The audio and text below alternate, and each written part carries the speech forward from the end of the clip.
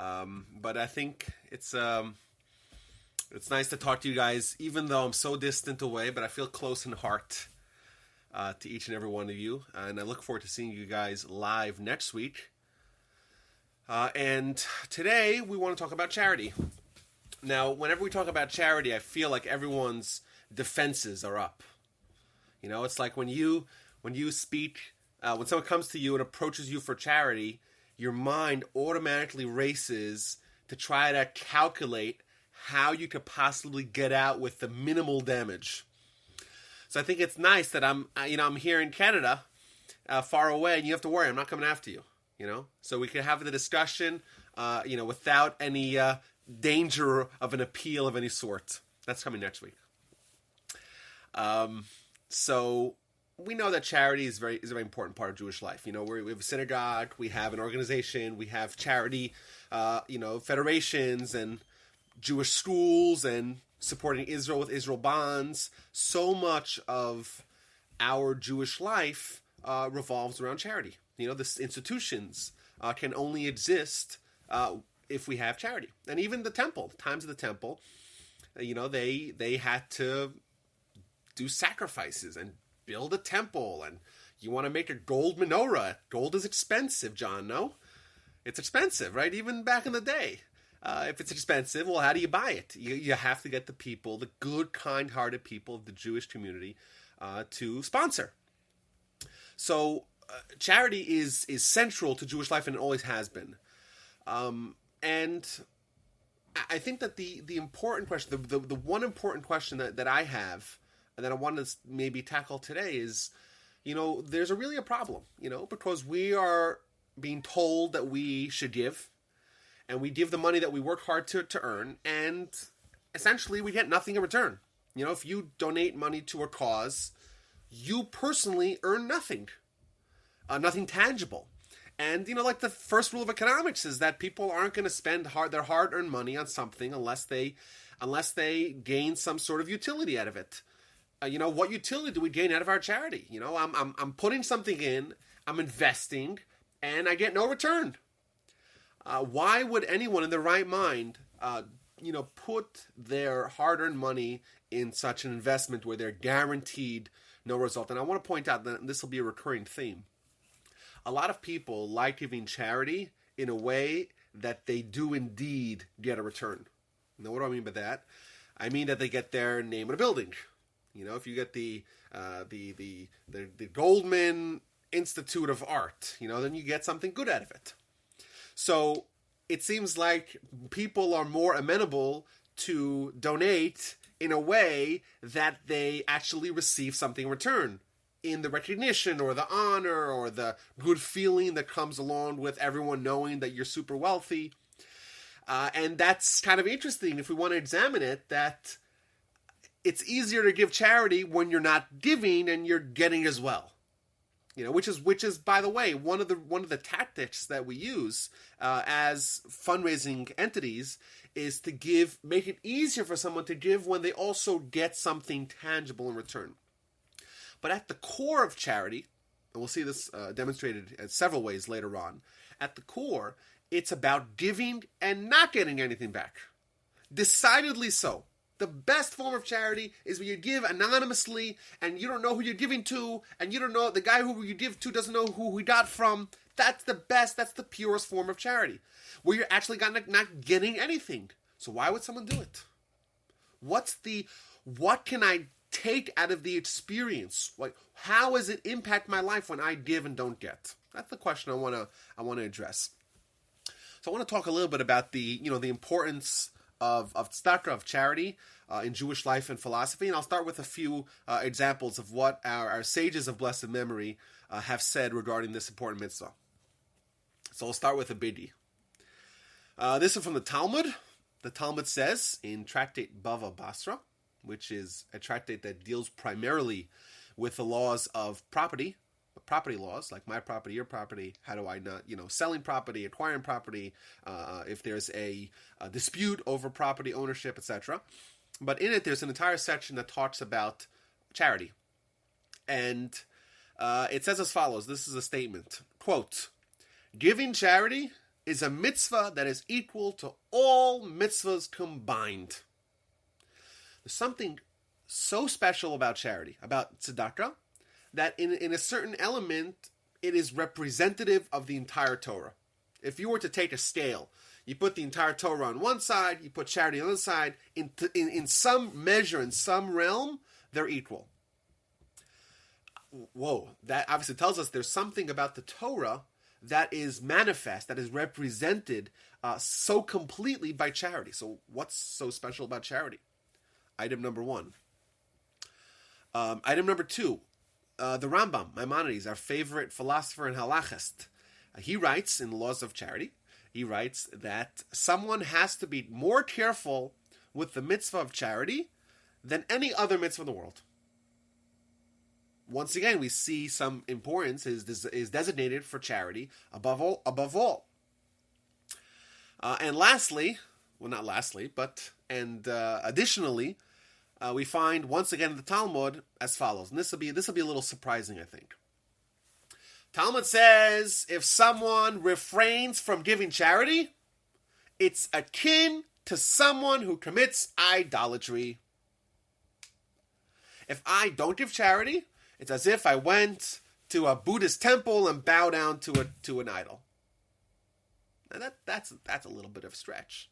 You know, if I go to synagogue and I study Jewish philosophy and I'm not an atheist and I'm not a polytheist, I'm not a pagan, I believe in the Almighty God. I'm a little bit more miserly. I'm a little bit more hesitant to give my money to some cause, who says this is going to the right cause, or I have to worry about my family, and what about the kids' 529s? What about my 401? I got to first worry about that. Is that so bad? Is that akin to idolatry? How? And not only that, like idolatry is something that affects man's relationship with God. Right? That's the ultimate repudiation. When you either believe in God or you don't believe in God and believe in some other powers. That's idolatry. Charity, on one hand, versus being miserly, on the other hand, those are seemingly items between man and man. I see someone who has a need. I see an institution that has a need. I see some important thing that has to be done. And I say, you know what, I'm not going to help. I'm not going to give tzedakah. So that seems to be encroaching on my relationship between other men, not between man and God. So how could the Talmud say that when someone does not give charity, someone withholds from giving charity, it's as if they committed idolatry? Doesn't seem to make any sense.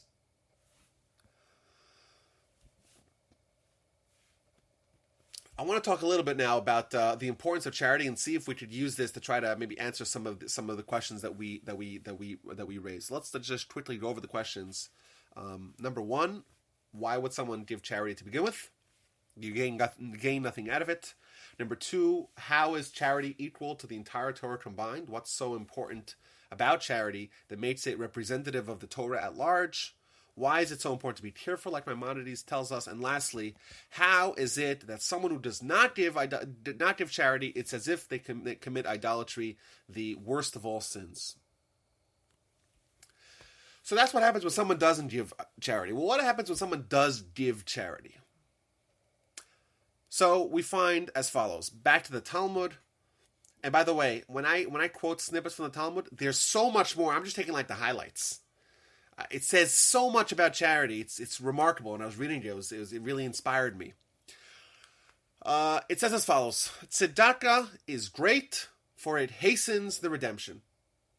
When we talk about big picture Jewish life and where is it all heading to and what's this plan, we spoke about Messiah and what that means. We spoke about Olam Haba and redemption and going back to Israel, resuscitation of the dead, all those things that are demonstrative of a job well done for the Jewish people. When the Almighty says, okay, Jews, you did it. You fulfilled your mission. Now we can move on to the next phase of existence. Says the Talmud, tzedakah hastens the redemption. Think about the power of tzedakah, that it hastens the redemption. And the question is obviously why? Why maybe Torah study is so important. We gave 23 reasons why we study Torah, or 17. I don't remember where it was when we did this session. We talk about other things. Prayer is important. Tzedakah, why charity? Why is that hastening the redemption? And if you'll say, you know what, redemption, I'm not worried. Let the Jewish community worry about that. Me, I have my own personal skin to save. The Talmud also says, this is actually a verse in Proverbs, Tzedakah tatzil mimavet, which means tzedakah saves from death. We have doctors over here, and doctors also contribute to that. But as we know, in Judaism, we have this coexistence of the spiritual and the physical. And we find that if you want to save yourself from death, of course, it means you should take care of your health as well. But spiritually, you could also do things that save yourself from death. And what is that? The verse says, Tzedakah tatzil mimavet. And we even say it on Rosh Hashanah Yom Kippur. One of the high points of the prayer on Rosh Hashanah Yom Kippur is we say Teshuvah, Tefillah, and Tzedakah. They save us from death. They cast away the evil decree. And that's sourced with this verse in the Bible. So the Torah is telling us, the Almighty is telling us, you want to save yourself from death? Yeah. So nowadays, everyone's like, okay, we eat no GMOs, vaccinations, organic. I do my exercise, my cardio. I do my yearly physical. What about spiritually? Tzedakah tatzil mimavet. You have a promise from the Almighty God, creator of heaven and earth, to tell you that if you want to save yourself from death, you give tzedakah. Think about that. And this is the Almighty. He's the one who has the keys to life and death. What a remarkable insight. And how valuable is that? And when I give charity, I'm contributing to my health savings account. I'm contributing to a long life. Think about it that way. Pretty remarkable. Additionally, the Talmud says, tzedakah saves from Gehenna, from retribution after death. And, the question is why. So we have tzedakah giving us redemption. It saves us from death. It saves us from Gehenna. It seems very remarkable. But why? What is the link? We know that that in the spiritual realm, you get out of something what you put into it. So what about charity is so impactful to our lives that makes us, merit having redemption, having salvation? So I want to say the first takeaway point here. Charity is an act of mercy. Charity is an act of mercy. When you see someone who's less fortunate than you, you see the downtrodden, the poor, the people that need help with their sustenance, you see people that are worse off than you. There's something that is aroused in the heart of a Jew, and that is the compulsion of mercy. You feel bad that someone else has it bad. That is not uniquely, but a primary dominant trait amongst the Jews. And therefore, when you show mercy to another person, God likewise shows mercy to you. And therefore, I'll tell you guys, this is a scary thing here a little bit. When I say, you know what, judge me on my own. We mentioned this, I think it was last time we spoke. If I have the gall to go over to the Almighty and say, listen, Almighty, judge me on my own merit, you know what's going to happen? I'm going to lose. Because none of us, or at least most of us, are not meritorious enough, are not righteous enough to stand on our own. We always ask the Almighty for mercy. It's part of our prayers. Every day we say it in the prayers, give us mercy. You know why we ask for mercy, not judgment? Because if we ask for judgment, we lose. What's the best way to arouse God's mercy? You know how you arouse God's mercy? By being merciful yourself. If you're merciful to others, God will be merciful to you. So you know what? It's possible that many of us, if you look at our sins versus our mitzvahs, our merits versus our assets versus liabilities on a spiritual realm, most of us probably aren't deserving of having a long life, aren't deserving of having all the good things and seeing our potential being fulfilled. However, God is merciful. But God is merciful to the degree that we are merciful. Therefore, if we are merciful on others, God likewise will be merciful on us. And I want to tell you guys a scary thing that Maimonides tells us. He says, if you see a Jew that does not give charity, you have to inspect his heritage and genealogy. Because not giving charity is a realm of cruelty. And if someone's cruel, you gotta worry, maybe they're not Jewish. Because Jews innately are merciful. If someone is cruel, you gotta say, okay, show me the documents. How do we know you're really Jewish?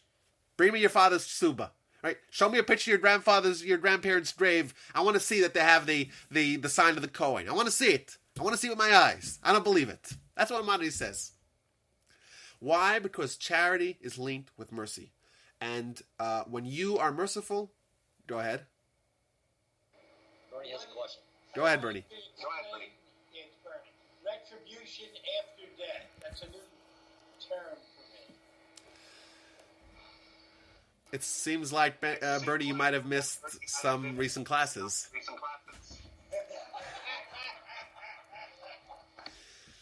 So yes, we have a core principle of Judaism. Once again, Bernie's question was, if anyone didn't hear it, Bernie's question was, what's the idea of retribution after death? One of the core principles of Judaism, in fact, it's one of Maimonides' 13 principles, is the idea of reward and punishment. And that is the idea that our actions, both good and bad, matter. Our actions matter because there are consequences to it. If our actions did not matter, they would be inconsequential. They wouldn't matter. Thus, if you accept the Jewish vision of a life of purpose, by definition, you're accepting the idea of our life mattering, and thus our actions mattering. Thus, if someone does good, their actions matter, and if someone does bad, their actions matter. Well, how do they matter? And that's the idea of reward and punishment. Now, where this reward and punishment actually happens is it's clearly not in this world, because we see it's plainly evidenced that you see people that are,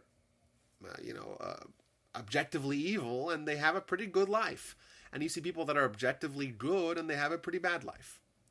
So it's something that we don't even need to rely on tradition.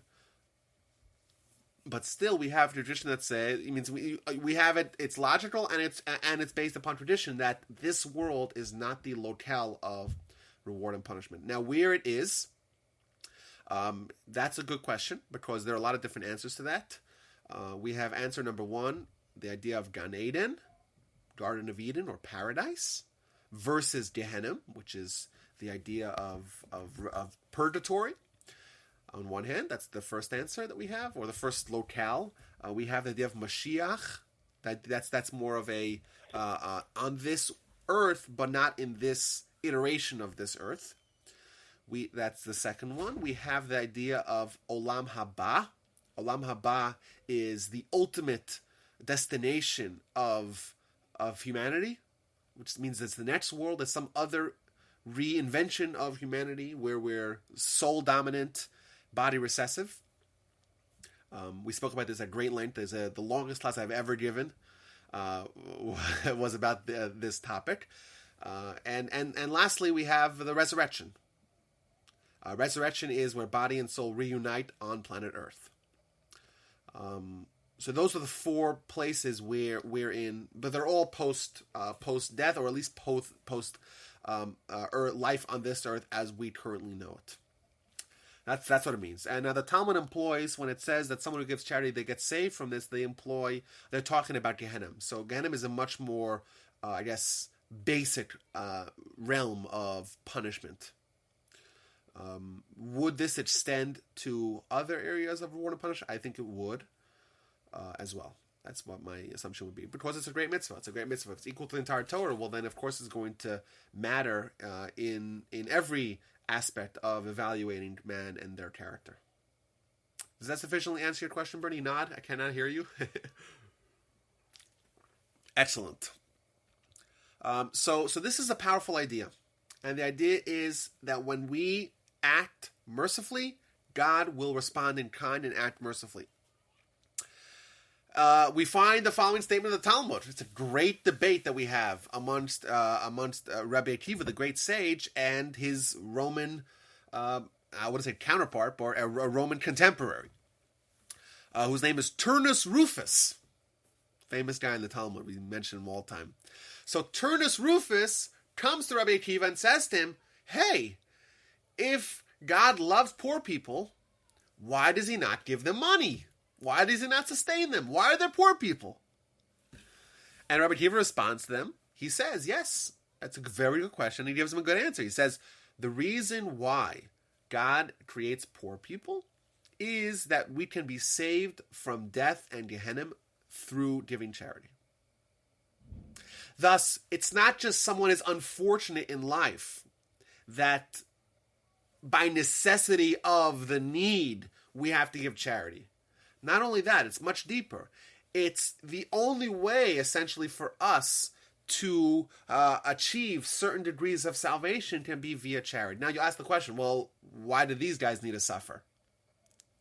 Yeah, that's a good question. You say, hey, is it all about saving the wealthy people so they can give charity?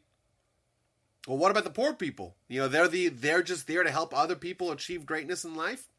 So there's a few answers to that. First of all, I'll tell you that even a poor person who receives charity, they are not exonerated from giving charity on their own. So if you're poor, and unfortunately, whatever, you're poor. That's just the way it is. And you receive charity. It's unfortunate, but you receive charity. Does that mean that you yourself are not obligated to give charity as well? No. You too need your salvation. I also saw recently just a cool tidbit. Just to kind of dovetail on what Bernie brought up, this whole idea of big picture questions. I saw one of the commentaries. They said that there's this idea of a Gilgul or reincarnation. Now, I want to give a quick disclaimer. I don't talk about reincarnation. I don't know much about it. It's very hard to find sources talking about it. It's not so clear if it's universally accepted amongst all the great commentators and philosophers of Judaism. But either way, this morning, I saw someone comments on that piece of Talmud by saying that every era, every lifespan, you have, let's say, two guys. One guy's wealthy and the other one's poor. And the wealthy person helps the poor person. And then in their next life, the roles are reversed. That the poor person is now wealthy and the wealthy person is now poor, and then it goes, they pass it along, so to speak. I don't know, man. That's what I saw. I thought it was cute. I'm not going to accept or deny its veracity, but that's just a nice idea. But either way, I think that this is, probably should sufficiently teach us about the importance of giving charity when we realize that when we give charity, we save our own skin from death and destruction. And that's a very powerful motivating factor. And it makes sense. It's not just random that you'll do a mitzvah and it's just as if the rabbis are trying to con you into giving more charity. It's like, say, it's suddenly everyone's worried about what, suddenly the guy's making the appeal and suddenly he's quoting Talmud. That's often suspect.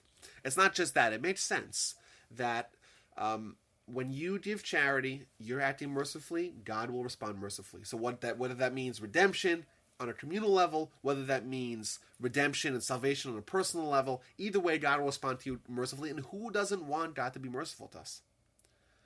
Who doesn't want that? Well, what do you got to do? You got to be merciful to others. So I think that's a very good reason to give charity, but there's more. And I want to quickly run through them because I don't want to get too sidetracked here. But how about this? Giving charity is one of the best ways to perfect your character. And we know we have spoken about this endlessly about the importance of character, especially in Judaism, and that is that our goals in life are to come in flawed and to emerge perfected. The Torah is aptly described as a guidebook and a manual for achieving perfection, for achieving greatness. It's a book of instructions of how to do it. The idiot's guide to perfection. That's the Torah. Now, the Torah is telling you give charity. Well, what happens when you give charity? You know what happens? Two things. First of all, you notice someone's need. Your mind is at least temporarily, or for the time being, it is thinking about the fact that someone else has a plight. You know, you're thinking about whether that's an individual or organization or the people that got flooded. You're not just thinking about yourself. You're expanding your humanity to include other people. That's a very powerful emotion to or even thought to overcome in a person. On one hand, additionally, I got a quick question for you that came up. Can you hear me? Yes, go ahead. On the same thing you're talking about, the question is does charity only speak about, is it just money or is it volunteering? I mean, taking time is money, take time out of your livelihood to go help other people, is that the same? Yeah. So I was going to mention this towards the end, but now that you brought it up, there's this idea called Meiser, or tithing, giving 10%. And the famous Rabbi Moshe Feinstein, the preeminent halachic authority of the past 100 years, he wrote in a halachic opinion in response to that, just like we have to dedicate 10% of our income, post-tax income, to charity, we also have to dedicate 10% of our time towards the needs of others. So to the needs of the community. So whether that means volunteering for the synagogue, for the sisterhood, going to help people with the flood in Ireland, helping tutor someone who needs help, or helping the intern at work, whatever it is, any act of doing good for others. So there's this idea as well. Now, when we talk about charity from the Torah's perspective, it's talking about money. However, the idea of chesed we spoke about chesed, kindness, at great length in this very same setting. And chesed is about actions that you do with your body, or with your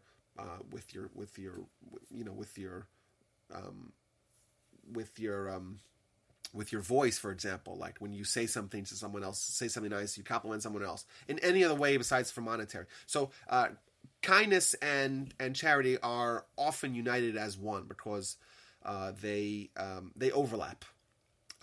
So yes, but the idea of tithing as well, in the measure of giving 10%, is also mentioned as well. Either way, so we're saying that charity perfects your character. We said number one, it forces you to think about someone else. When you are exposed to someone who has a need for charity, they will say, I have certain financial burdens that I can't meet, or there's someone who's poor and can't feed their family or clothe their family, right? So you suddenly think, wait, there's someone out there that doesn't have food for their family. Like that, just that thought is a very healthy thought for you, because it takes you out of your life and exposes you to someone else's life, and it puts you in their shoes.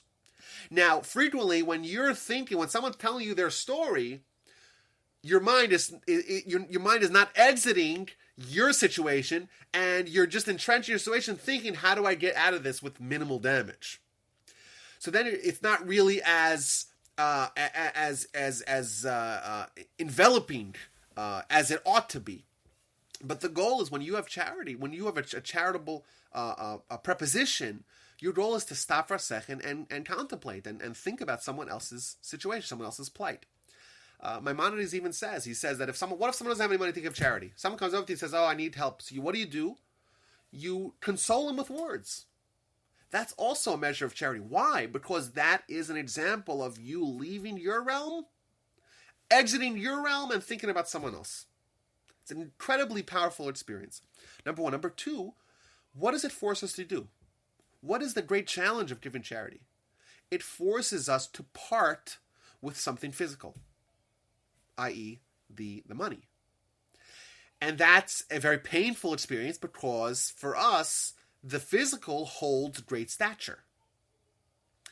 As body-centric entities, we are predominantly physical, and therefore, for us to make a spiritual decision that means hampering our material state of being, that is a transformative experience. And that is one of the end goals of the Torah, to try to flip the reality that we have within ourselves to make it more spiritual. So by doing that and saying goodbye to something physical for something spiritual, a very transformative thing. So I think it makes a lot of sense what we mentioned earlier. Charity is equal to the entire Torah. Well, what's the Torah? The Torah is the guide for our perfection. Can't we say that charity is a tremendous example? It's a microcosm of what the Torah at large is supposed to do for us. Just like the Torah teaches us to expand our humanity, become great, charity does that. The Torah is about teaching us to become less physical, more spiritual. Well, it's plainly demonstrated when we give charity. We're saying goodbye to money only for spiritual results. We don't want it. That's the purest form of charity. We don't want to get anything back tangible, only spiritual back. So perhaps that's why charity is equal to the entire Torah. Now they say, Rabbi, okay, so we have all these spiritual things. We have God being merciful. We have becoming great in character. What about for me? I like my monetary investments to have monetary results. What about that guy? Listen to this, guys. This is from the Talmud. A stunning dialogue here. This is from the book of Tainus. Tainus means a fast day. This is the book of Talmud that talks about fast days. We know that we have 6 fast days in the Jewish calendar. Plus, there were, back in the day, when there was no rain in Israel, when there were droughts, they would have publicly declared fast days. And the laws are discussed in that book. In it, we find this great dialogue between Rabbi Yochanan and his nephew. And his nephew meets the great rabbi, and he says to him, tell me some Torah. Okay, what's the Torah? He says, he quotes a verse in the Torah that says, give 1/10 of your money to charity. But it says, aser to aser, give ma'aser. And he says to him, okay, why does it say the word twice? Aser to aser. Why does it have to say it twice? Right? The word aser, like the word eser in Hebrew, when you count the Hebrew, 1, 2, 3, 4, 5, 6, 7, 8, 9, 10 is eser. So ma'aser means 1/10. But why does it say twice? Aser to aser. So he tells him, Rabbi Yochanan says, aser b'shvil shetit asher. Right? Give 1/10 in order that you become wealthy. The Talmud says that someone should give 1/10 of the money to charity. Why? Not for spiritual reasons. Not because of, you'll become great and perfect your character and save from Gehenna. This world. Financial reasons. Give charity so you become wealthy. That's what Rabbi Yochanan told his nephew. And he responded, he says, how do you know this? What's your source for this? How do you know that you give 1/10 of money to charity, you get wealthy? So he responds to them, I tried. I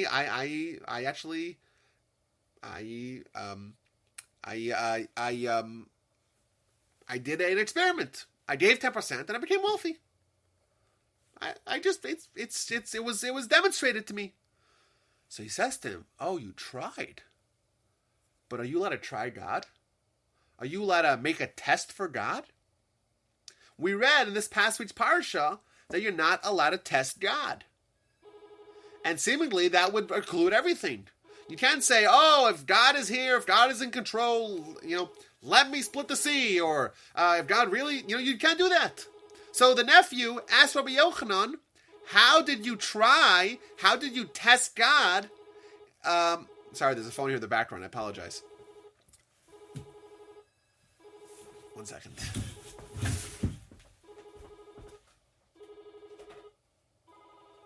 Sorry, I'm just going to get rid of this.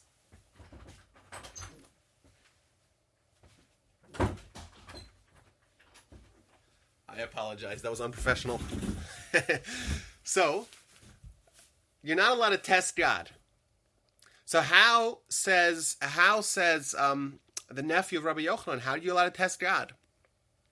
So he says to him like this. He quotes him a verse that says, God says, bring all the charity to the house and then check me out. Inspect me. Test me. Says God, if I don't open up for you the windows of the heaven, and I will give you blessing until you can say stop. What does that mean? Until your lips become tired from saying enough. Thus, the verse says, test God by giving charity, and he will give you a bountiful blessing that the Talmud says, with only a hint of a hyperbole, that will give you such blessing that your lips will become tired from saying it's enough. There'll be such abundance that you'll be saying enough, it's enough, I don't need any more, to such a degree that your lips will become tired saying that. That's what it says. Now, to me, it's remarkable. The Talmud is saying, the verse is actually saying, that there's only one area of our spiritual life that we're allowed to go and test God. We're allowed to make an experiment.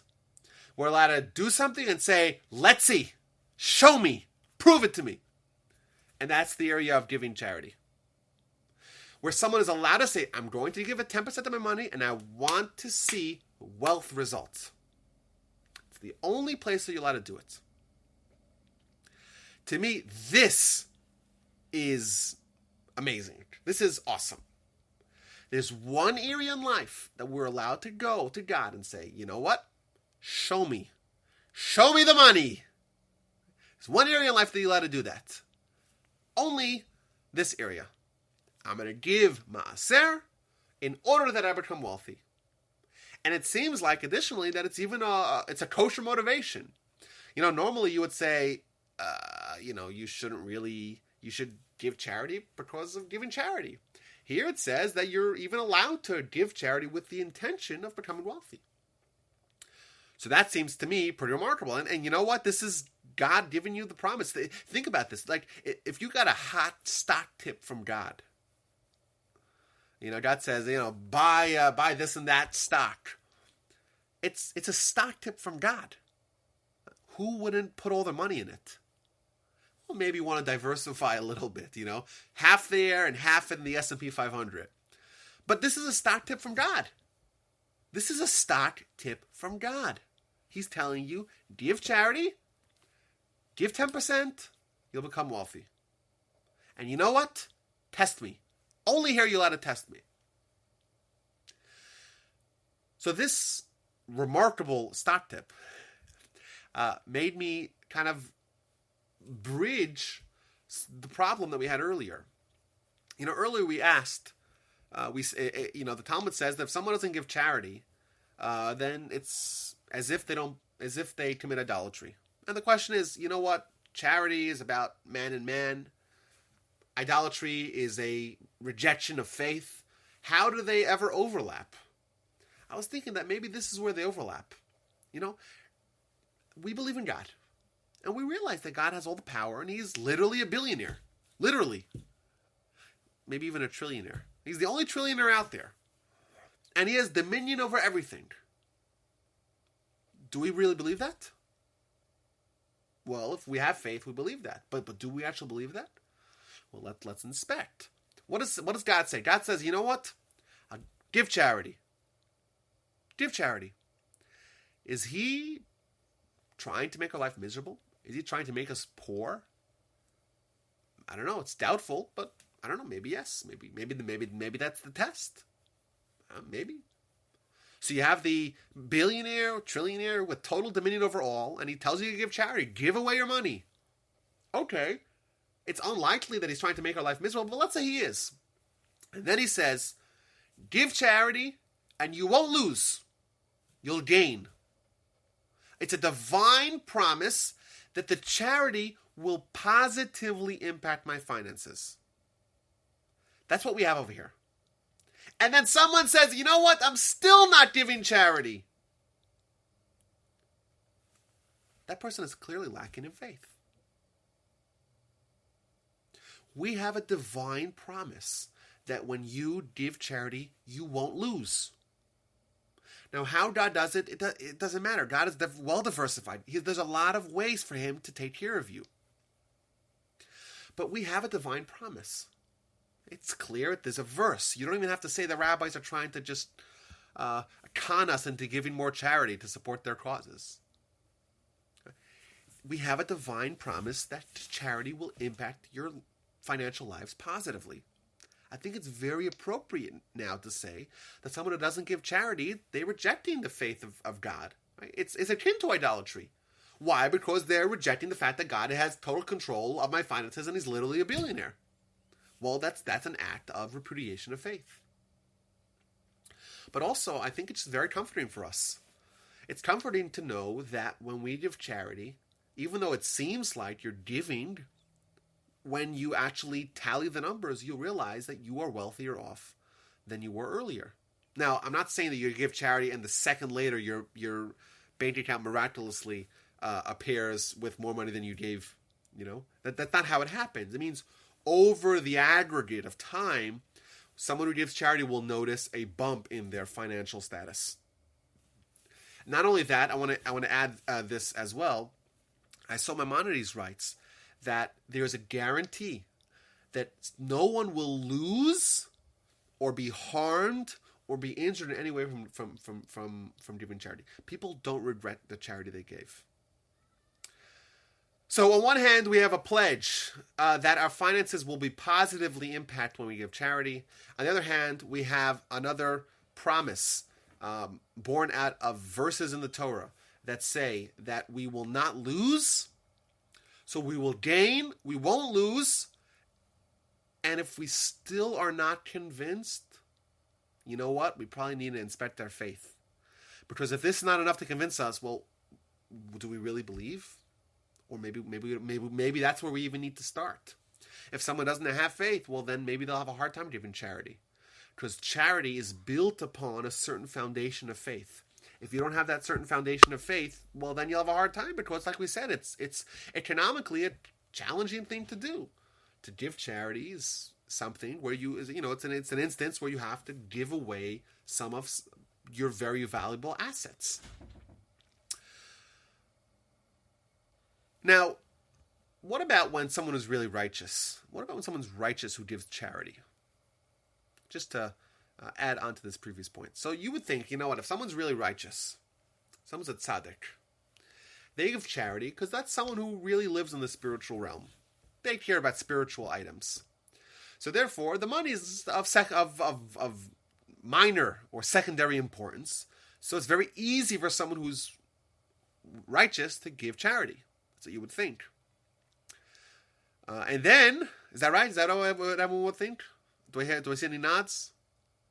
I see some nods. Okay. That's what you think. It's very easy for someone who is righteous to give charity. Why? Because they don't value their money so much. And then we find like this. This is a crazy Talmud, by the way. Maybe we'll talk about this some other time. Tzadikim chavivim aleim mamonam yoser migufon. Tzadikim, righteous people, they value their money more than their life. Now that sounds obviously very bizarre. You come to someone here, money or life, Remember that? So they used to do, money or life. Well, everyone obviously values their life more than the money. Why does the Talmud say that the tzaddikim value their money more than their life? It seems very bizarre. And you would think the opposite would be true, that they would value their life. What's money? Money's just physical. It's just material. It's nothing. It's something. It should be immaterial. Why are tzaddikim so? It seems like a contradiction. So I want to just zone in on this point here. Someone who's righteous. What does that mean? It means that they have a recognition that their money is given to them by the Almighty to achieve a certain goal. That's what it means. Thus, to them, even their money has spiritual qualities to it. Because they realize that this is given to them for a certain goal. And the more clearly that we realize that our finances are come from God and they're overseen by God, the easier it is for us to use them for what he expects of us to use them. So once again, we see a strengthening of the bond between tzedakah and faith. Tzedakah is an act of faith with our money. Greatness, a tzaddik, is someone who has a recognition of the value of their money in the spiritual realm as a gift from God for them to achieve what they wanted to achieve. Thus, a charity is indeed an act of faith, because it is a actualization of the reality that God gave me the money to achieve what it is that I need to achieve in life. And failure to give is a demonstration of lack of faith. And I think that's the link is obvious. But there's more. We find the following statement, once again in the Talmud. And it says as follows. It says, God assigns a amount of money that everyone will lose over the year. Slippage, 3.5%, right? You lose something, you misplace your phone drops into the toilet, right? I don't know if that's happened to anyone here. And you frantically try to, it doesn't work. You try to put it in a bag of rice. It doesn't work. Or you're, just unexpected expenses come up, right? All those things, says the Talmud, they are assigned every year, Rosh Hashanah, how much someone is going to lose. However, what someone gives to charity comes off that total. Thus, it's possible for us to have had on Rosh Hashanah an allotment of loss. And that allotment would be, $5,000 or $10,000 of money that we're going to lose this year. It's not going to go to anything constructive. It's not going to go to the mortgage or to the vacation, nothing. It's just going to be lost. It's possible that will be the kids' dental bills, or your dental bills. You suddenly got a root canal and it's miserable and you have 3 days of misery and $5,000 of losses. It's possible that you'll just misplace the money, or the kid needs stitches, or you'll have some agony of market losses. Right? But there's a certain amount of money that you're going to have that you're going to lose every year.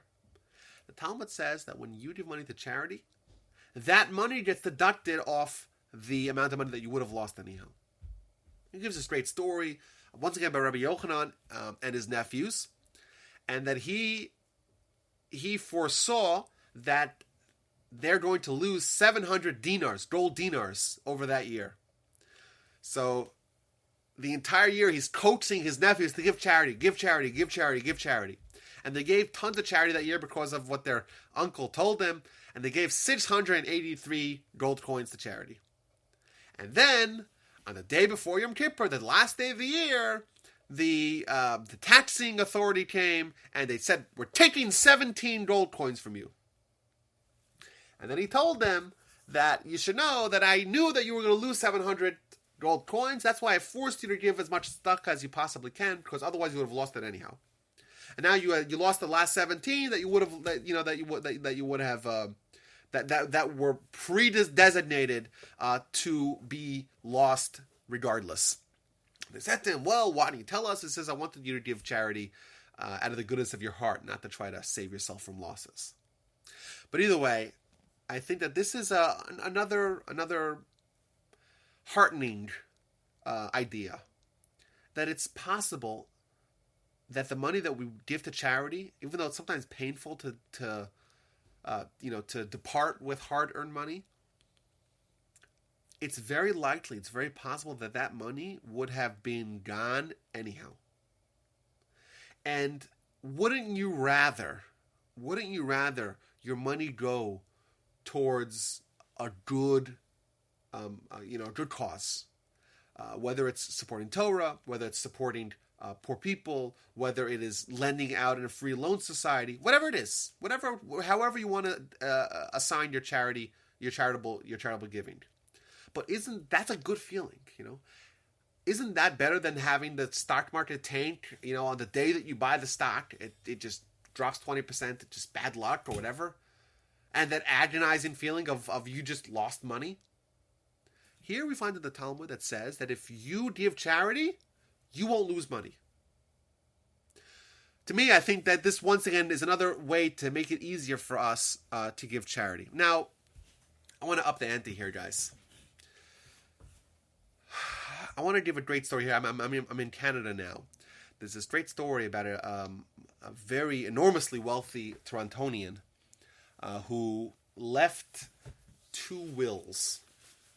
Last will and testament, tzava in Hebrew. And he was essentially the wealthiest guy around, the big philanthropist, supported all the institutions and everything.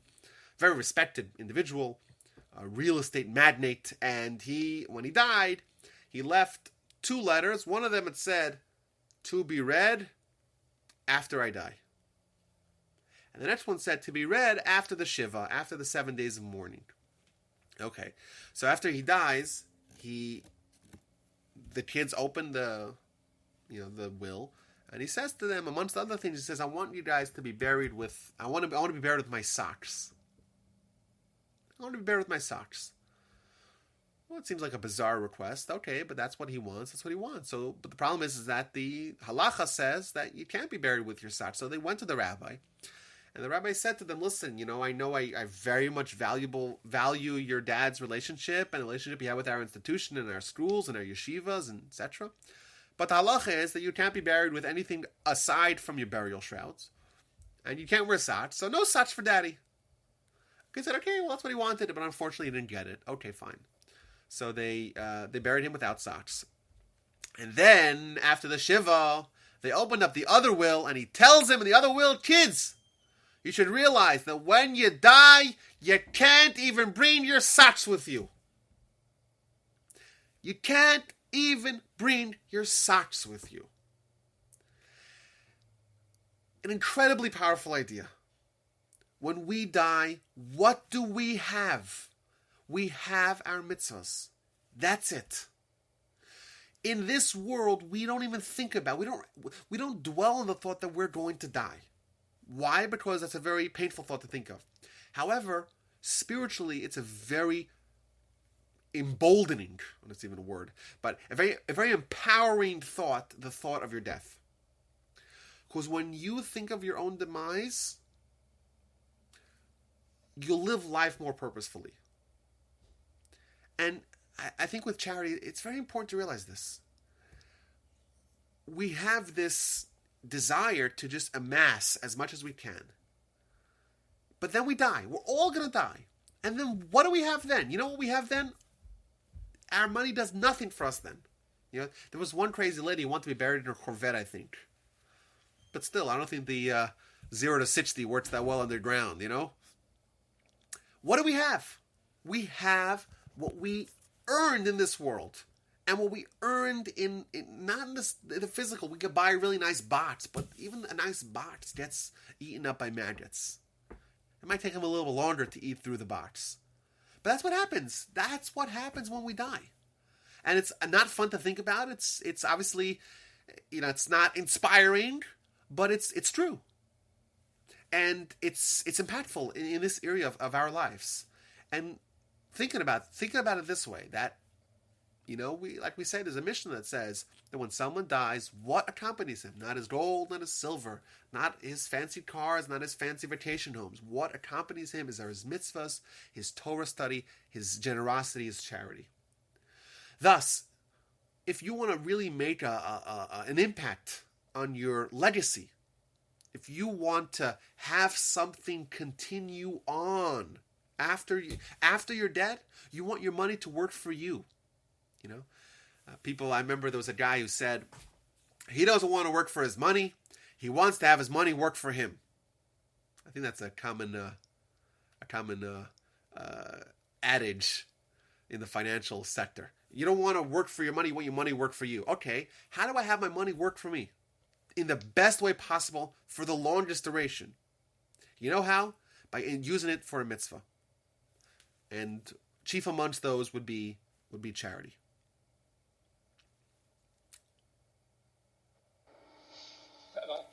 I had a question that came up. If you can address it now or whenever, if you feel like fitting it in later, but It is. What does the Torah teach about where you give your 10%, your tzedakah? Because it's normal in like the Christian community that you give it all to the church. Someone asks, is that the same in Judaism, or is this? So if you can address that at some point too. Yeah. Okay. So I have one more item here that I'm going to discuss before I get into the practical elements of it, and then hopefully, please remind me, Dan, if I don't get to it. If I don't get to it earlier, if I don't get to it before I'm done, we're going to try to address that as well. So one more item here, and this is, I think, a very powerful thought that Maimonides writes. He says as follows, quote, he says, all of Israel and those that join Israel, so not only the Jews, but also the converts, are like brothers.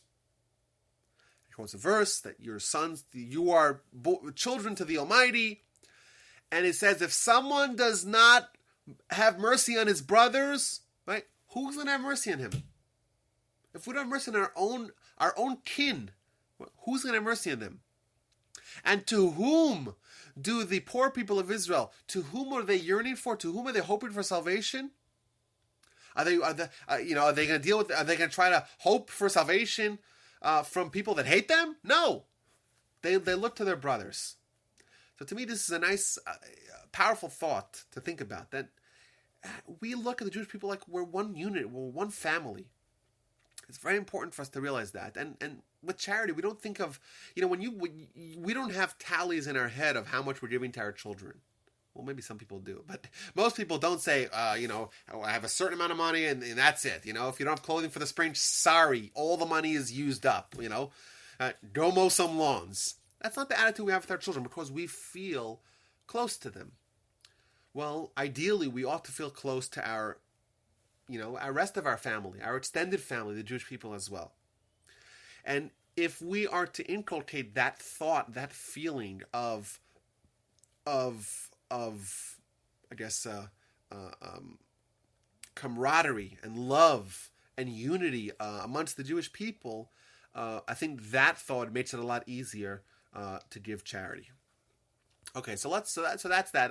Let's give a quick recap of kind of the reasons why we do it. We said, let's go quickly here. It saves us. We get mercy by showing mercy. It improves our character more than anything else. That's why it's representative of the entire Torah. It makes us wealthy. We don't lose anything. It's an act of faith. And it's money we might have lost anyway. We can't take the money to our grave with us. We don't regret it. And it's giving money to our family.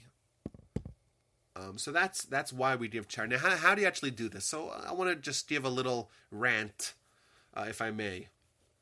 I think one of the broad principles of charity is that you have to give based on need of others. Like I mentioned this already at the beginning, that charity is about giving, not about receiving.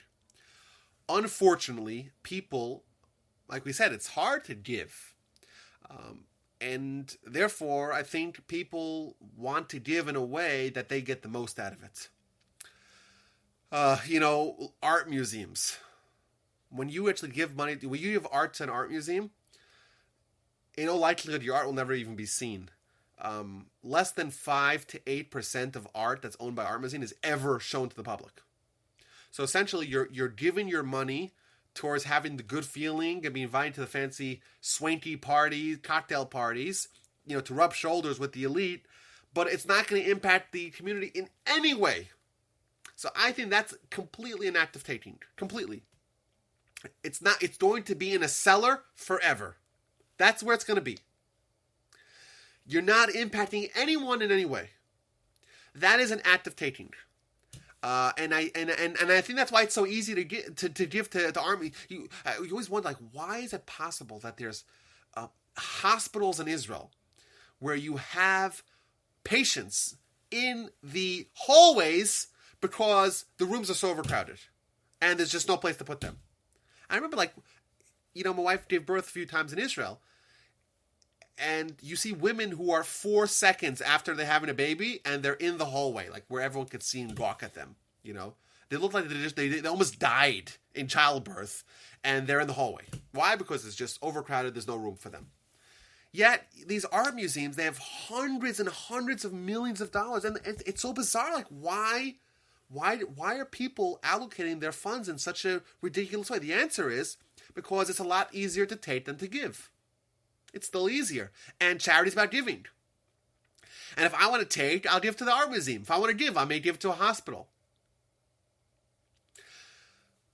So that's the important point. Now, who do you give to? And how much do you give? So there's obviously, the gold standard of charity is to give to a poor person who doesn't have food. That's the gold standard.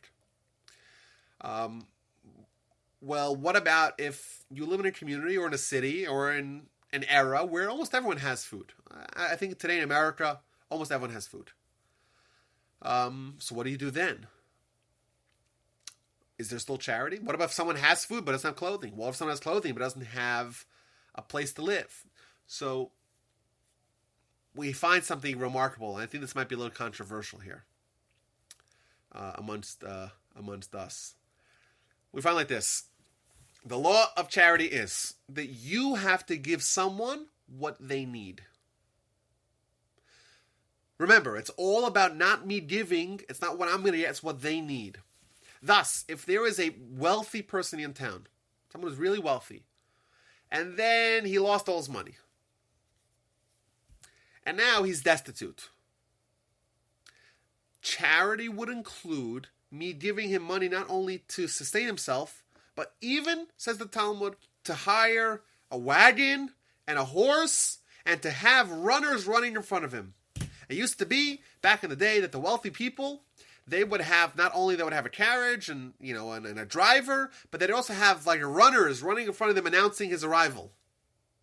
That's an act of aristocracy. You would have people running and saying, oh, so-and-so is coming, so-and-so is coming. Says the Talmud, if someone was wealthy and now they're poor, it's even charity to give them money to hire runners to go run in front of their carriage. Why? Because that's what they need. And so long as they don't have that, they don't feel complete. They feel destitute. Obviously, if you have two people in town, one of them doesn't have bread to eat, and one of them doesn't have someone to run in front of their carriage, you give to the greatest need. And what's the greatest need of them all? When you have someone who is, being held as hostage for ransom. Says Maimonides, says the Talmud, that is the best, that's the greatest charity you could possibly give. Why? Because that is someone who is hungry and thirsty and in grave danger of losing their life. Thus, that is someone who has the most need, and the most need, therefore, there's the greatest need for charity. But once again, it's about the need, not about what I get out of it. Well, what about if you have two people with the same need? So, we find, obviously, a woman comes before a man. So if you see a man and a woman that have the same need, you give to the woman before the man, obviously, because it's harder for the woman to, she has more shame, she's more embarrassed, therefore her need is greater. A Kohen before a Levi, a Levite before an Israelite, the standard practice of who we accord the honor to first, that would apply as well. But, says Maimonides, says the Talmud, before anyone is a Torah scholar. Thus, if you have someone who is a bastard, who's a mamzer, but he's a Torah scholar, then he takes precedence before the Kohen Gadol, before the high priest. Why? Because in our system of meritocracy that we have in Judaism, the greatest receptacle of your charity is someone who's a Torah scholar. Why? Because he is the greatest of the recipients. Thus, in my estimation, the best form of charity you could possibly give is supporting poor Torah scholars. We don't have so many of them in Houston. In Israel, there's lots and lots and lots and lots of them, unfortunately. Or maybe fortunately. Maybe it's fortunately for us, because we could save our skin. Now, What about Gentiles? Well, says Maimonides, we give charity to Gentiles, but he makes a note. He says we give charity to Gentiles as a source of peace. We don't want the Gentiles to come or to be angry at us that we only support our own. Therefore, we give them charity. So he says that it's essentially we give to whoever's closer to us first. So if someone in your family has a need, you give to them first. If someone in your block, in your neighbor has, or in your community, they have the need, we give to them first. If someone, the closer they are to you, the greater your responsibility towards them is, and therefore the more they should take precedence in your charity. And obviously the Gentile is someone who's distant from us.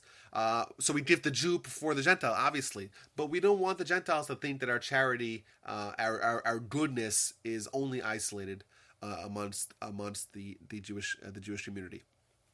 Now, what about other things? So we said the gold standard is poor people who don't have money. We'll see exactly how you go about doing that. But what about if there's no really poor people, or there are any mitzvah that wouldn't have been done otherwise is charity. So, for example, if let's say I would love to study Talmud. However, buying a set of Talmud, especially one that has it in English, is $1,500. Now, I wouldn't study Talmud unless I have a set of Talmud, right? I'm not going to study Talmud, right? Unless I have the books of Talmud, but I'm not going to buy a set of Talmud because I don't have the money. So that would be charity. You're allowed to use money for charity, money that's designated to charity. You're allowed to use it to any mitzvah that would not be otherwise fulfilled. So even if it means buying books and keeping a book on your bookshelf, right? It is designated for a mitzvah that wouldn't have been done otherwise. Therefore, charity money can be used for that as well. However, just to follow up on that, when you buy books out of charity money, you should write in it that this book was bought, right on the first page. This book was bought with charity money, and everyone's allowed to use it. And then, when you die, it should be donated to, let's say, a Jewish library, because it shouldn't be part of your estate, because it was used with charity money to purchase it. But that's obviously an extreme example of any mitzvah that wouldn't have been fulfilled otherwise. Wouldn't have fulfilled otherwise, or any good Jewish cause, any charity, any scholarship, we take students to Israel at Torch. We take students to Israel. This is a good thing to fundraise for, because it's a mitzvah that wouldn't happen unless we have the finances for it. And people support, because you're supporting a mitzvah. You're supporting Torah. You're supporting scholarship. You're supporting visiting Israel. These are all mitzvahs. Right? That's an example of taking charity money and using it for anything that is a mitzvah. That would be included as well. Supporting the synagogue, right? Buying a Torah scroll for the synagogue, right? All examples. Renovating the synagogue, right? That would be an example of charity. Now, where do you give your charity to? So, thankfully, there's this wonderful thing in North America, but it's actually an anglicized version of something that was in existence for time immemorial, and that's the idea of a Jewish federation. A federation is a glorified charity dispensing organization, and this was something that existed in every single Jewish community from time immemorial. Maimonides writes, he says, we have never seen a Jewish community that doesn't have a kupas tzedakah, which means a charitable foundation. There doesn't exist a Jewish city. So in America, we have that version in the form of the federation, where someone gives to the federation gives to all the needy causes. However, that's not the only way to give charity. Obviously, the best way to give charity is where you do it on your own. Many people don't have the time or the interest of doing that, so they kind of outsource it to someone else, and that's wonderful. But when you have the say of exactly where your money goes to, you know that it's going to go to the cause that you want it to go to. And I say that's important because Just like we do not blindly drop our investment dollars into investments without vetting them beforehand, similarly, we don't just blindly give charity. Charity is a mitzvah. But what's the mitzvah? To fulfill a need that's needed, to fulfill a mitzvah need that that is being unfulfilled. However, there is a great risk for charlatans. If I was a crook, if I was a charlatan, what would I do? I would start a charitable foundation and raise money, and instead use the money, funnel the money to my own needs and buying myself Cadillacs, right? When you give money to me, you're not giving real charity. You're paying for my Cadillacs. That's not charity. It's very important to vet and to inspect and to assure that your money that you give to charity goes to the right cause. I just read this recently. The 4 biggest cancer charities in America. They're all run by one family. Less than 3%. Less than 3% of the money that's donated, to the tune of hundreds of millions of dollars, less than 3% goes to actual charity patients. The rest of it goes to other administrative nonsense and paying huge salaries for directors and all the families, and that, and when you give money to that charity, you're thinking that you're doing great. Oh, you're helping leukemia, and they have pictures of kids with bald heads, IV, right? That's what you think you're doing, but in reality, you're just funding someone else's vacation escapades. That's why it's very, very important to make sure that you don't give your charity to an unworthy cause. And I'll tell you guys something striking. The Talmud says that when someone comes and someone says, when you see someone who says, I'm hungry, you don't inspect. You don't say, oh, well, maybe he's not really hungry and he wants a free meal. Maybe he has loads. He's got stacks and stacks of hundreds in his pocket and he just wants a free meal. You don't do that. You don't vet that person. You give them the food right away. You know why? Because it's possible that you'll be a murderer. Because that person may die because, while you're doing your due diligence, and then we don't want that. However, if you see someone that's naked and says, I have no clothing, then you inspect. Why? Because there is no shortage of charlatans. And people will do anything to take your dedicated charity monies for their own being. You see someone who's naked and says, I have no clothing, give me clothing, buy me clothing, right? You still inspect them. And I want to tell you guys something really cool. I'm in Canada now. And Canada, Toronto is a very affluent Jewish city. The Jewish community is very affluent here. Therefore, you have a lot of people coming, a lot of organizations coming. They do fundraising trips to Houston. A lot of to Toronto. Because the people here are incredible in their charity. It's just, it's an emporium of charity, this town that I'm in right now. It's pretty remarkable. Tremendous affluence and tremendous charity. By the way, those two are linked together very often, like we saw earlier. Either way, you have to the tune of dozens upon dozens of people every single solitary day landing in Toronto for the sole purpose of fundraising. Now, what do you do? People are coming, they're giving you stories, and they're coming to your house, and some people, by the way, they have hours where people come in, every night from 7 to 9. There's 2 hours where they just meet people one after another and just give them checks after checks after checks. And people are accosted left, right, and center, but that's what they signed up for, so to speak. But you have literally dozens of people landing every single day to raise money for their cause or for themselves or whatnot in Toronto. So what do you do? How do you? Someone knocks on your door and says that they have no money to feed their family. Okay, you want to give them money, but maybe they're a charlatan. What do you do? So what they do here in Canada, it's just ingenious. I even took a picture of it for you guys. They have centralized auditing committees. Everyone that comes, they sign up with one of these central organizations, and they They do the research. They call up in Israel, find out about them. They inspect their institution. They actually do the due diligence, and then people they give the guy a check that's in the name of that institution. So you have, let's say, a central institution. You give the money to the central institution, and they are the ones who would dispense the money to the people in need.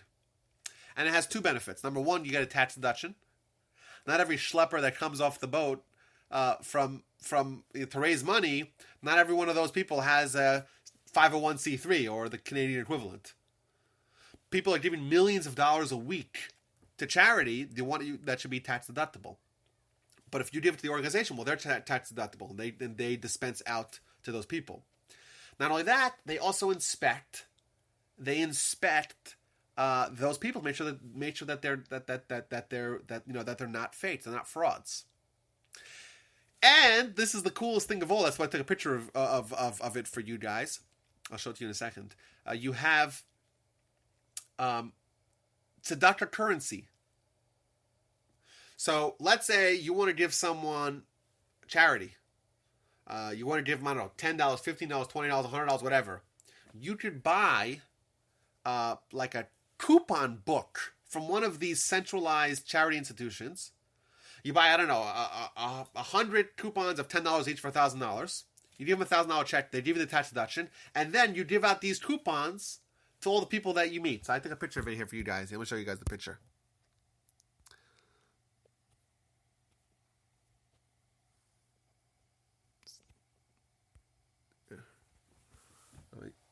Can you guys see that? It's upside down.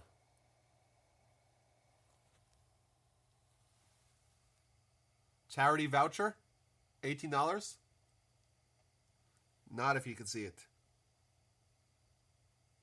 Yeah, I was in the synagogue over here, and I saw that they have like a pushka, and in it there's not like there's some dollars and whatnot, but there's a whole bunch of these things. So people just drop the charity into the pushka in the form of these new currencies that they that you buy these books from these charitable institutions.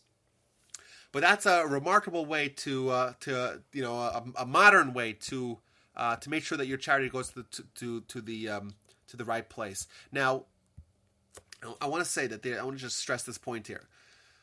Oftentimes, we may think that we're giving charity. Let's just do charity. Let's just not think. Let's not overthink where the money is going to. And that seems like the right response spiritually. Like, don't investigate too much. The truth is, we have to make sure that our charity goes to the right cause. We have to make sure that it's not going to pay some director's vacations or a per diem when they're going to meet other highbrow people. That's not where we want to spend our money. We want the money, the majority of the money that we give, to go to the actual cause we want to give it to. And we don't just say that, we'll give it and let's not worry about it. Okay, now, let's say we have in a perfect situation of charity. We have someone who's poor and they really have a need. Someone in the community lost their job. You want to help them. But that person has pride. And they don't want to accept charity. They don't want your charity. What do? So Maimonides says, we trick him by telling him it's a loan or it's a gift. We trick him. We convince him, say, this is not charity. This is a loan. This is a gift. There's a great story my grandfather said that happened when he was in yeshiva in Poland. So he says that there were two friends who were also study partners, and they were even roommates. And one of them was from a very affluent background, and the other one was destitute. Was so poor, he really needed charity. So friend A, who was from a more well-to-do background, he wanted to help his friend, but he knew that he would never just accept charity. So he devised a scheme as follows. I heard the story several times from my grandfather. I still hear it ringing in my ears. He decided that he's going to put on a face of melancholy. And he's sad, and he's morose, and he's all down. And a few days he's playing up this depressed persona. And his other friend, the less well-to-do one, he sees him and he tells him, "What's wrong? I see you. We're studying together, and you seem so down. You seem so sad. You seem so disheartened. What's the matter?" And he tells him, "Oh, I can't tell you. It's so terrible. I can't tell you." He's like, "Tell me. I want to help you." So he tells him, "Okay, I'll tell you. Back in the town that I live, there was an old man, and the old man was old." The old man was old. I know that sounds weird. Apologize for that. The old man was alone, and he is by himself. And I would go tend to him, and I would talk to him. I'd go play checkers with him. I'd take him to synagogue. I tended to him because there was no one else for him. And then he died, and he left me. He left me He left me a fairly decent sized inheritance. And I don't know what to do with the money. And I can't study Torah. I can't sleep. I have no idea. If only someone would take this money off my hands. I don't know what to do with it. So the guy says, "Really? I'll take it from you." So the other guy says, "Really? You have no idea. You saved me. You saved me." That's the punchline. It's a true story. And it says, that's the ideal. Where not only do you make the guy, you don't make him feel bad, you make him feel great, as if he helped you. That is an act of kindness, an unparalleled act of kindness. Where the guy you don't make the guy feel bad, you make him feel great about it. I had for some time I thought that maybe my grandfather was one of the people, was the person involved. And later on I found out it was someone else. But either way, to me, this is a first-hand account of how it's still possible, to be great. Nowadays, greatness is not beyond us. It's remarkable, but we should do that as well. However, it takes some thought and some calculation and planning. But we too could fulfill the mitzvah of tzedakah, charity, possibly in its ideal sense. Now, I want to run through here. Maimonides has a very interesting breakdown of how we give charity and what's the ideal way to give charity. He breaks down to 8 levels of charity. And I want to read you guys real quickly these 8 levels of charity. The highest level of charity, there's no higher level. That is someone who gives his friend a gift or a loan, or does with him a partnership, or finds him a job. What he's telling us is like this. Charity means fulfilling a need in someone else. That's what charity is. It's possible for me to do the highest level of charity if I don't expend a dime. How so? By helping someone find a job. How so? By partnering with someone on a business venture. That is the highest level of charity, or lending him money. Because I'm supporting him and he doesn't feel bad about it. He feels good about it. He doesn't feel like he received, like he's a some sort of a vagabond that has to take handouts. He feels great about himself. That is the highest level of charity. So think about that. Can we do charity still? We see people who need help with job placement. See people that need help honing your craft. There's so many opportunities for us. And that's the highest level of charity. What's that? Oh, okay, what's the next one? Next level of charity. Someone who gives charity to poor people, and he doesn't know who he's giving to, and the person does not know who he's receiving from. He gives an example. Says if you give money to a charitable fund, and that fund dispenses the money to poor people, well, then you're doing this level of charity. You're giving money secretly, clandestinely, so to speak. No one knows that you're the giver, and no one knows who the receiver, the recipient doesn't know who is the who is the person who receives, who was the benefactor. Right? That's also a very high level of charity. Okay, that's level 2. What's level 3?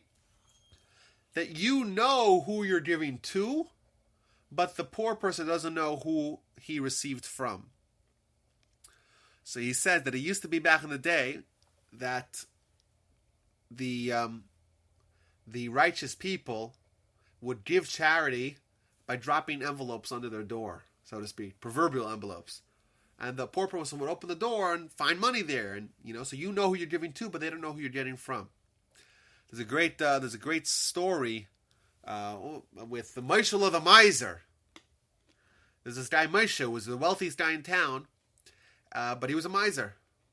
And everyone who would come to him, they would say, every poor person in town would come to him. He was the wealthiest guy. And they would ask him for money, and they'll tell him the whole story, and he would be really nice to them at the beginning. And then afterwards, he'd say, "Get out of my house! I'm not giving you anything." And everyone looked down at him. Was a terrible guy, so wealthy but so cheap. And then when he died, they had to scrape together a minyan, 10 people, to go there to be by his burial. And then a week later, everyone comes to the rabbi, and the guy says to the rabbi, the widow says to the rabbi, "I have no food." Says, "Well, how do you survive till now?" "Well, I got an envelope in the mail every Erev Shabbos, every day before Shabbos. I got an envelope in the mail." And then every person said, "Well, I went to Moshe the miser, and he didn't give me anything, but then miraculously I started getting these letters under my door, slipped under my door." And then everyone realized that this guy was the great benefactor of the entire community. But that is a very high level of charity, where you do not expose yourself to the person whom you're helping, whom you're benefiting, and therefore they don't feel like they're beholden to you. That's the third level of charity. The fourth level of charity is where the poor person knows who he's getting from, but the giver does not know who he's giving to. He gives another example here. Maimonides does that. People used to, they would walk into poor parts of town, and they would just drop money behind them like this, just behind their back, and they don't know who's going to pick it up. They just drop money like that behind their back. So they accept it without being embarrassed. And the next level of charity is where someone gives to the poor person before he asks. The next level is where he gives to the person after he asks. The seventh level is where he gives him less than he needs, but he gives him at least with a warm smile, with encouragement, with consolation. And the lowest level of charity is that you give it to them, but with scorn. Where you give it to them and you're upset, and you say, "Oh, I don't know why I'm giving this to you, but I'll give it to you anyhow." Right? You give it to them and make them feel bad about it. So terrible is that form of charity that Maimonides writes that it's better off to not give charity if you can give charity that way. When you give charity and you give it with a sullen face, right, as if you're terribly disappointed that you have to give charity, the merit is outweighed by the drawback of giving it in such a fashion. So we see the best way to give charity is by helping people and not making them feel bad, fulfilling their need without making them feel bad, and progressively or regressively it gets worse where you know the person knows you give them less, and the worst thing is to give charity and not be excited about it. And you know what? We have so much of a reason to be excited about our charity, because we see charity will make us wealthy. We're not going to lose the money. We have so many other good things about charity that should encourage us to give charity with happiness, with delight, and with encouragement as well. I want to finish off here with another slightly related Talmudic statement as follows. And I think that this Talmud is a tool that we could use, and we'll see exactly how in a second. So, if I were to ask you, what is the purest motivation someone could have when they give charity? What's the purest motivation that someone could possibly have? You would say, well, to give it for altruistic purposes, not for what you could potentially gain. right? And you heard my rant about this. It's about giving, not about getting. Okay. We find in the Talmud as follows. If someone pledges to give a gold coin to charity, in order that in the merit of the mitzvah, their child will be healed from illness, says the Talmud, this person is a completely perfect and righteous tzaddik. Should I repeat that? I'll repeat it one more time. If someone pledges to give money to charity in order that in the merit of the mitzvah of giving charity, their child will be healed from illness, that person is a complete and perfect and righteous tzaddik. And the question is obvious. Isn't it better to give charity without any ulterior motives? Isn't it better to give it altruistically, just for the need of the charity? Why is it so great? What's this great element of righteousness that someone has when they give it with the intention that in the merit of their charity, the child will be healed? So I want to share with you guys an idea here, a very powerful thought. We find elsewhere in the Talmud that a person should always incite his Yetzer Tov on his Yetzer Ra. Now, what does Yetzer Tov and Yetzer Ra mean? Yetzer Tov means your good inclination. Yetzer Ra means your bad inclination. Simply put, your good inclination wants to compel you to do mitzvahs. Your bad inclination wants to compel you to not do mitzvahs. Says the Talmud, you should incite your Yetzer Tov on your Yetzer Ra. What does that mean? Our chief problem in life, the number one problem that we have in life, is that the various interests that we have are not aligned. We have a body and a soul. They each have agenda and they're not the same thing. That's why we're tormented internally. That's why we have free will, because our interests are not aligned. For example, my body says sin. My soul says, or my consciousness says, well, maybe not. More, I guess, secular example, my soul says, let's be responsible about what we eat. Let's eat healthy. And my body says, you know what, I'm craving that cheesecake. That's a classic example of a misalignment of body and soul. Now, our success and failure in life is how we're going to navigate this problem. Obviously, this makes a lot of sense. This is a lot of big picture stuff we've discussed at length. Says the Talmud, one of the best ways to do this is to incite the Yetzer Tov and the Yetzer Ra.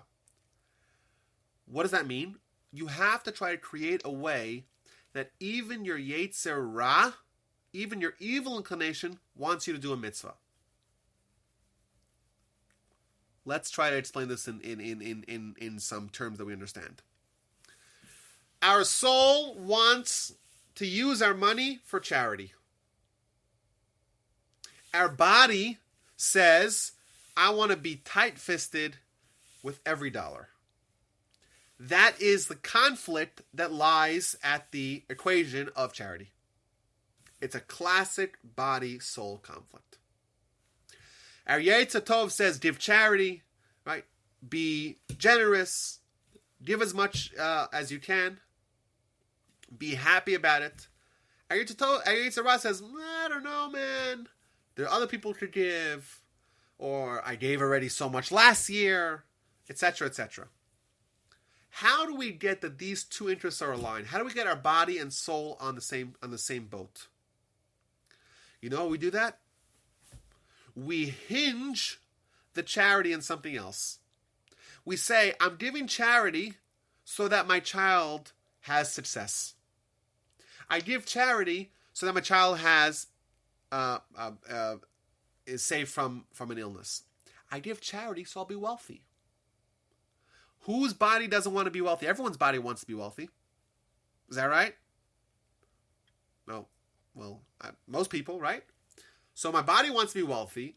My soul wants to give charity. You know how we make everyone happy? We give charity so we'll become wealthy. Everyone wins. My body wants, does not need to be convinced that the child, that I love the child. So you know what I'll do? I'll say I'll give charity so my child becomes healthy. And then my body wants to give charity, my soul wants to give charity. A complete tzaddik is someone who uses these tactics to achieve what the agenda of the soul is. The soul wants us to give charity. The body says no. You recognize that that's the conflict, and you find a way to make the body happy. You find a way to come up with some tactic to make sure the body is also going to partake in this mitzvah completely. That is what defines a tzaddik. That is the righteous person. Someone who uses strategies and tactics to achieve the agenda of the soul. So I think that this is a good tool that we could use with our charity. We say, hey, listen, Talmud says that someone gives charity to save themselves from death. Talmud says that someone gives charity, save themselves from Gehenna. In fact, the verse says, tzedakah tatzil mimavet. Tzedakah saves from death. The Torah pledges someone gives charity, gets wealthy. Well, who doesn't want to be spared from death, spared from Gehenna, and spared and achieve wealth? Everyone does that.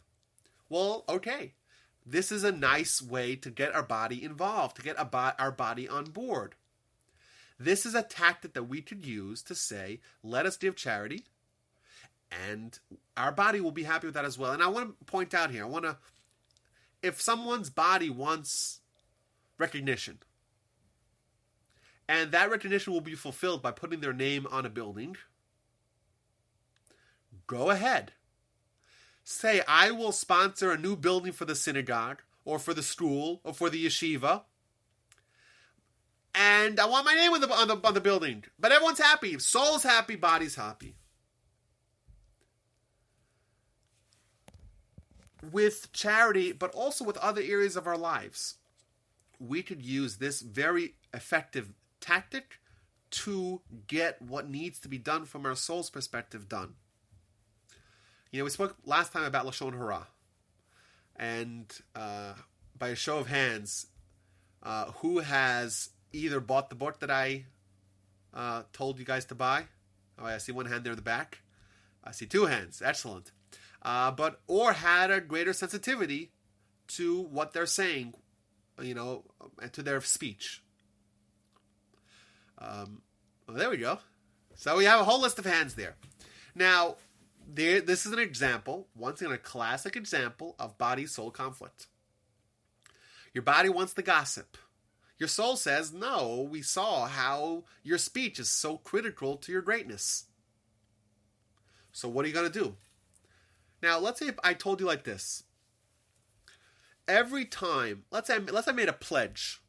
Right? Let's say I commit to pay $100 fine every time I speak Lashon Hara. Let's say you did that. What are you doing? You are aligning your interests in life. You're taking what the soul wants to not speak Lashon Hara and making sure the body wants that as well, because the body doesn't want to lose that $100.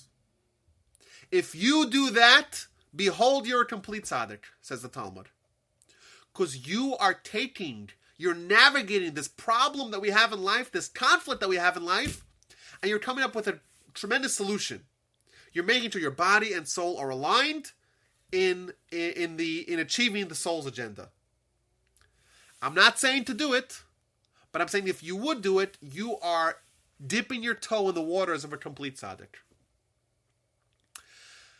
So that's a tool that we could use to achieve our goals in not only this area but other areas as well. The Talmud did find the need to give us this example.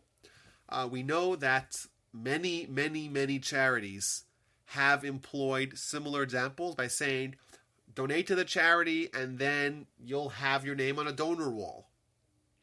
Donate to charity and then you'll get a mention in the Mishaberachs. Donate to charity, you'll have your name in the building, etc. Those are okay, right? Provided that you're actually still giving. Provided you're doing what the soul wants as well. Doing the art museum thing, that's bad because your soul doesn't even want that. That's not aligning the interests of your body and the soul. Your soul doesn't want to have a piece of canvas, languishing in a cellar. That's not what your soul wants. So that's that. That's a tactic that we can use. I encourage everyone to try God. It's not often that we have this opportunity to test out God. I think it's very empowering.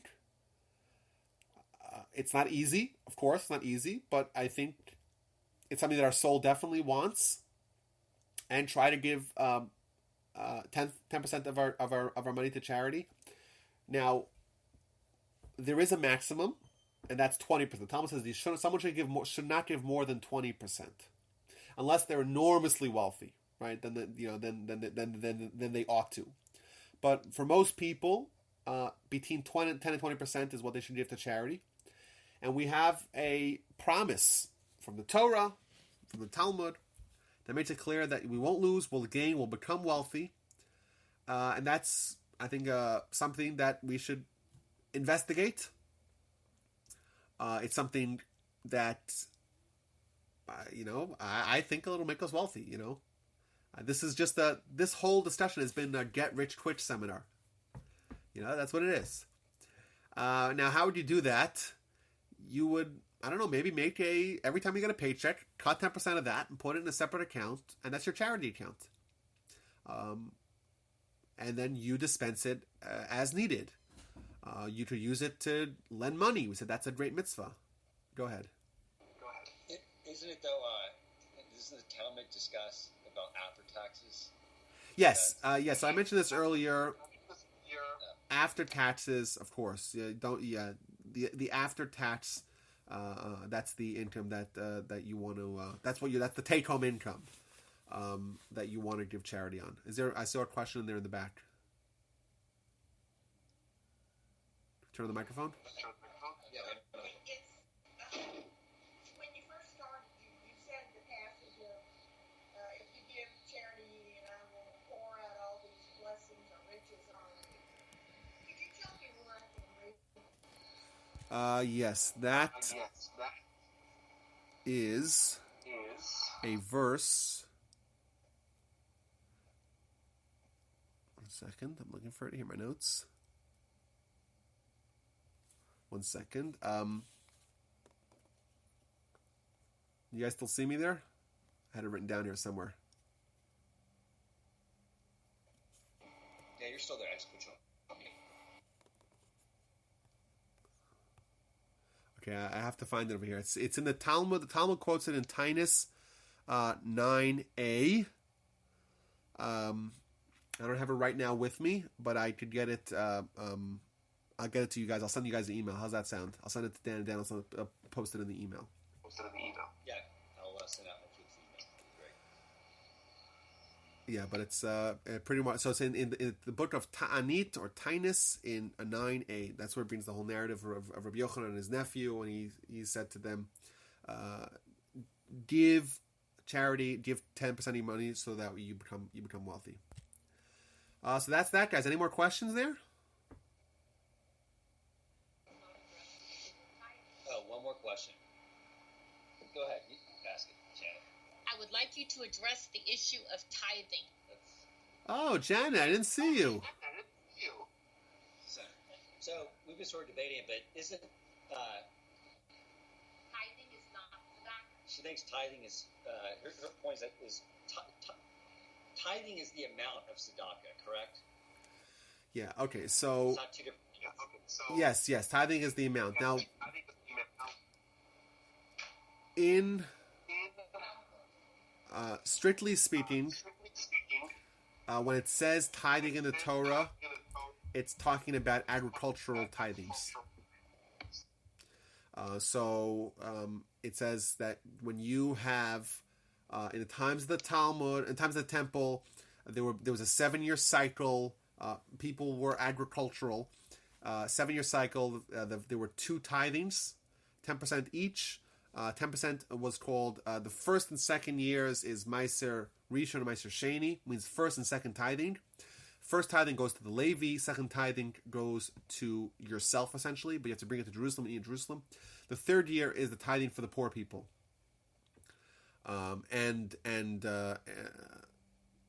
So that's strictly from a scriptural perspective. The word tithing typically, no, not always, but typically refers to tithing of agricultural crops. However, Jacob mentions tithing. That's not that's more of an inclusive tithing, which is everything. He says everything that I get, I will give 10%, which means any profits, and certainly in the Talmud and in the commentaries, they take the term tithing as 10% of any profit, whatever that profit may be. You could be selling services or products or digital products or whatever that may be will be included under the form of tithing, wherein you ought to give 10% of your money to charity. Does that sufficiently answer the question, Janet?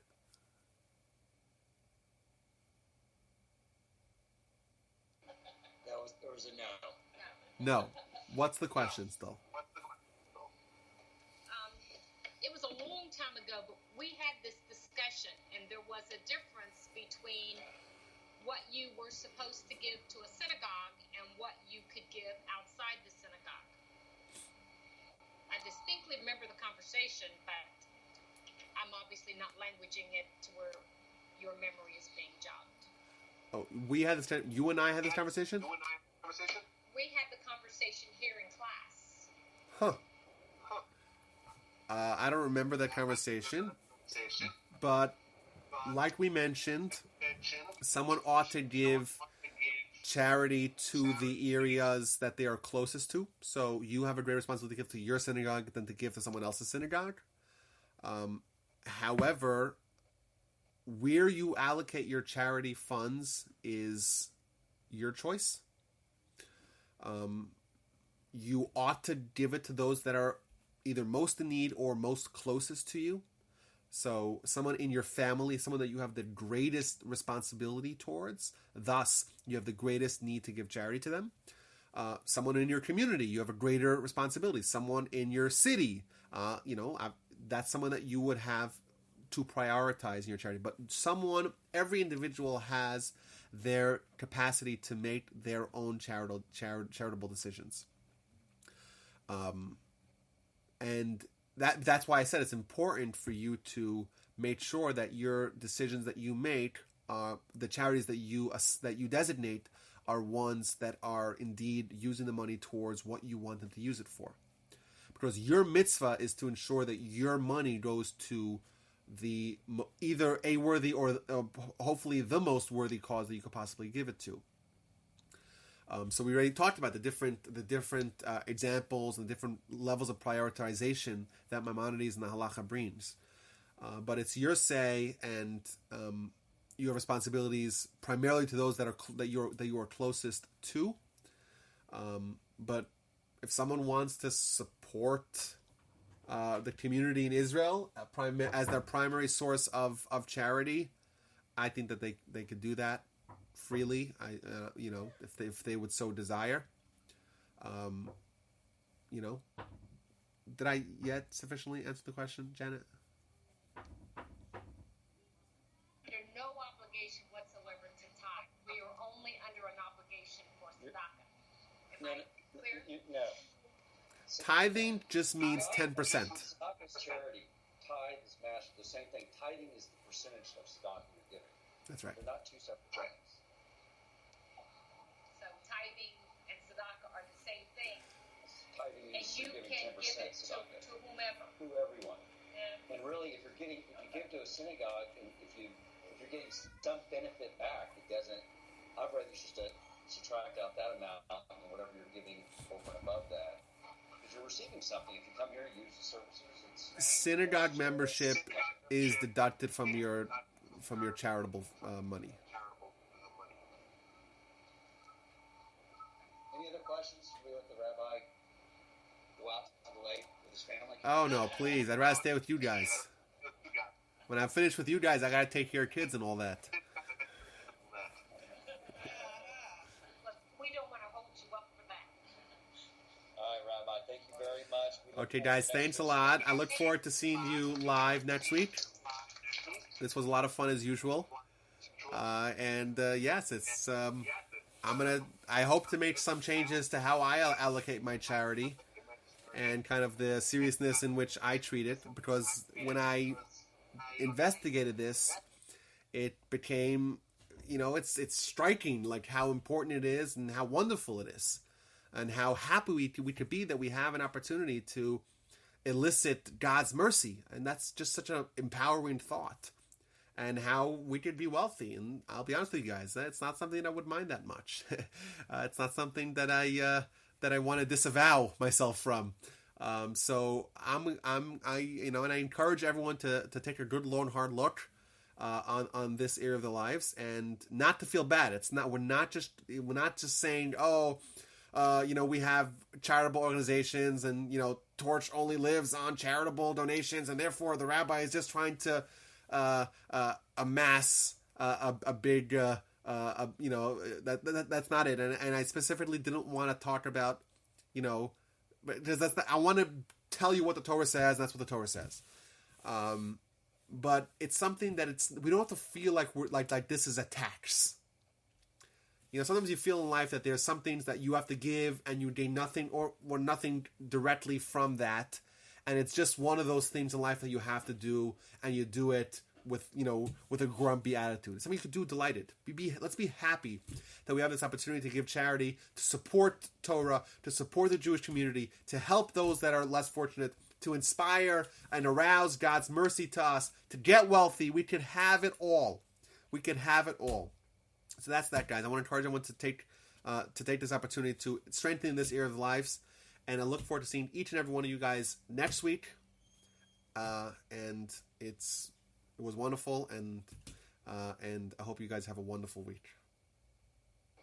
You too, Rabbi. Take care. Okay. Bye-bye. Okay. Bye.